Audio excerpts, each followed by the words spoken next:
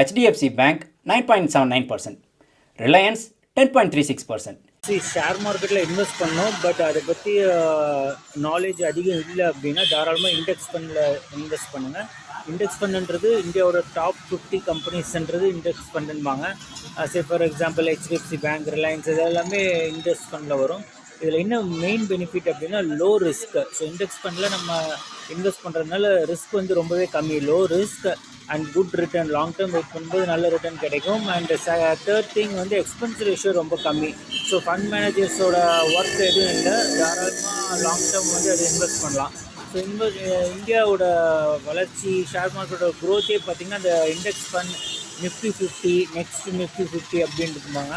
So index fund top 50 companies Nifty 50ல் நம்ம invest பண்ணலாம். Sensex, national stock exchange, Bombay stock exchange 2 இருக்குது. NSEயில் தான் டாப் 2000 கம்பெனி